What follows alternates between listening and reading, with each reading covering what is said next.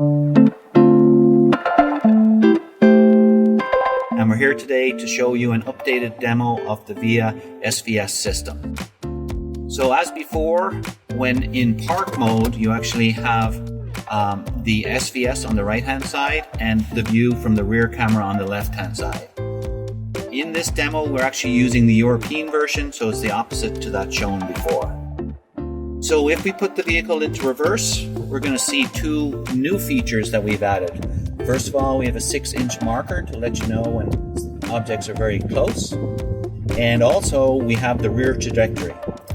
This uses the very accurate steering angle from canvas. And so once you start to turn the wheel, you'll see the exact trajectory of the vehicle.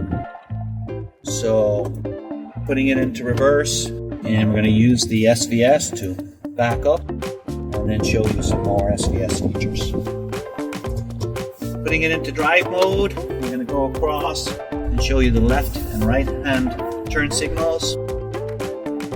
So first of all, we're going to make a right here. I'm going to turn on the right signal. As soon as I do, the SVS is on the left hand side and the view from the camera on the right hand side shows up. As soon as the signal turns off, it reverts back to normal. And likewise for left hand side, we're going to use the left hand turn signal. In this case, the SVS is on the right hand side and the view from the camera is on the left hand side.